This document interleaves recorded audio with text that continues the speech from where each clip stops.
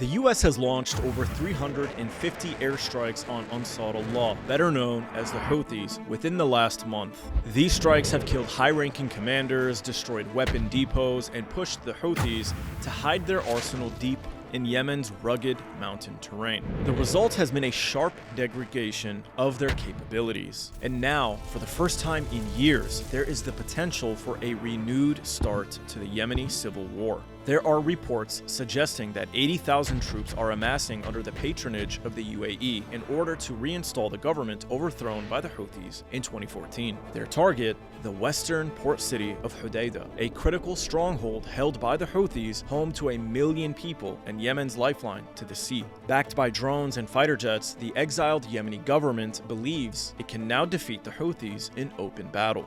And the stakes couldn't be higher. For Yemen's civilian population, this could exacerbate an already terrible humanitarian disaster in a decade already defined by bombing campaigns, starvation, and famine caused by naval blockades. But the consequences don't stop there. This offensive is connected to the negotiations between the Trump administration and Iran over its nuclear program.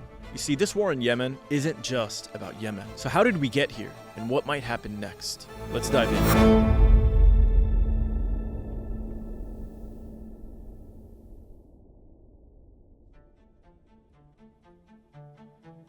After the Arab Spring swept across the region, Yemen's longtime dictator, Ali Abdullah Saleh, was forced to step down. In the political vacuum that followed, a populist Zaydi Shia movement known as Ansar Allah, or the Houthis, began to rise, presenting themselves as an anti-corruption force rooted in northern Yemen. Through a mix of alliances with rival tribes and former enemies, and through sheer battlefield momentum, they expanded rapidly. By 2014, they had marched south and captured the capital, Sana'a, with almost no resistance. By early 2015, they dissolved parliament and announced a constitutional declaration, effectively taking over the state. This triggered panic in Riyadh, the capital of Saudi Arabia. To the Saudis, the Houthi movement wasn't just a domestic rebellion. It was an Irani-backed force, a Shia militia on their doorstep. So Saudi Arabia formed a coalition backed by the US, UAE, and other Arab states to overthrow the Houthis and restore their allies to power. What followed was nearly a decade of brutal war.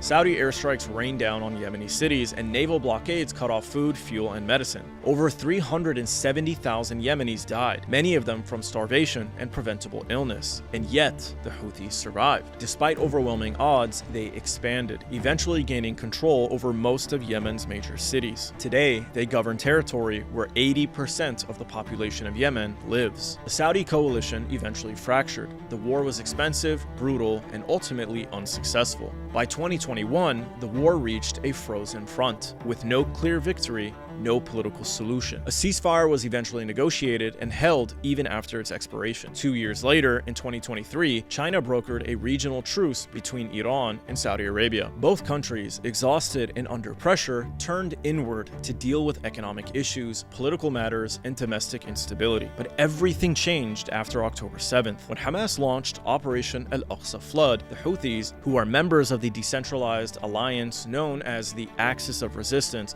declared their support for Gaza. So they launched a blockade of the Red Sea, barring Israeli vessels from crossing the Bab el-Mandeb Strait. This blockade quickly expanded. Eventually, any ship headed to Israel, even if it wasn't Israeli-owned, was considered a target. As a result, the economic fallout was massive. Eilat, Israel's southern port, was bankrupted completely. Egypt's Suez Canal lost over $5 billion in projected 2024 revenue. Insurance costs and shipping rates globally skyrocketed, and Europe's busiest ports saw a decline in imports. This was because the blockade forced many ships to sail around the Cape of Good Hope in Africa on its way to Europe, which increased delivery times by up to 10 days, costing more fuel, insurance costs, and salaries for sailors. So the Houthis had been producing seriously negative effects on the global economy. But they weren't just firing rockets, missiles, and drones at ships crossing the Red Sea. They also fired rockets into Israel, hitting Eilat and even as far north as Bisan. They only paused after a temporary ceasefire was reached with Hamas in Gaza at the start of 2025. But weeks later, when Israel broke that ceasefire and resumed its invasion, Ansar Allah responded by relaunching the blockade and began striking Israeli airports to disrupt tourism and international travel. Their message was the same: when Israel ends its genocide in Gaza, we will end our blockade and missile attacks. But the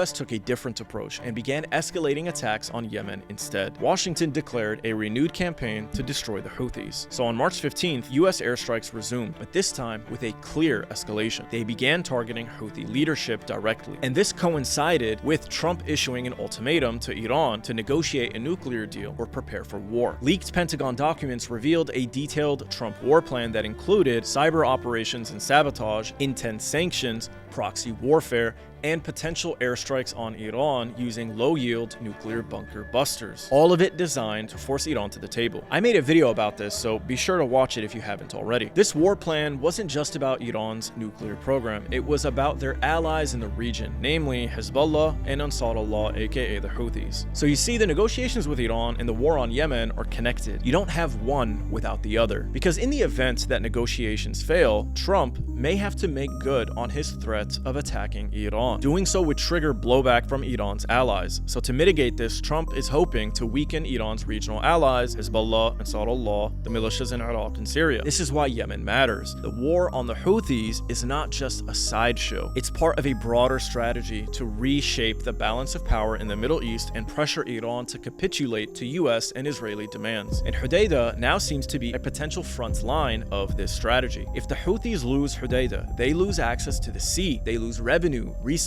and strategic depth. So the UAE and their coalition believes it could trigger a wider collapse. So they are preparing to mass nearly 80,000 troops for what would be the largest offensive of the civil war, according to statements by Dr. Abdulaziz Sagr, chairman of the Gulf Research Center based in Saudi Arabia. To my best knowledge, there is a preparation of almost 80,000 soldiers from the legitimate Yemeni government in different locations in order to take over Hodeidah. 80,000 soldiers would represent a majority of all non-Houthi forces in Yemen. This would constitute the largest offensive of the civil war and would also set the stage for an assault on the capital city, Sana'a, which has been under Houthi control since 2014. Dr. Sagr pointed to the meeting between U.S. Central Command Commander General Michael Eric Kurilla and the Chief of Staff of the Yemeni Armed Forces Lieutenant General Saghir Hamoud Ahmed Aziz in Saudi Arabia last week. Kurilla visited several Middle Eastern countries in the first week of April, including Israel, Jordan, Qatar, the UAE, and Saudi Arabia. The U.S. would be providing air cover and drone surveillance to the Yemeni government forces. I think we might be at the stage of counting down the end of the Houthis, Dr. Sagr said. They've had every chance for a political discussion and be a part of the government that would save Yemen from all of this suffering. Now, this war on Hodeidah, if it does occur, would not be very easy,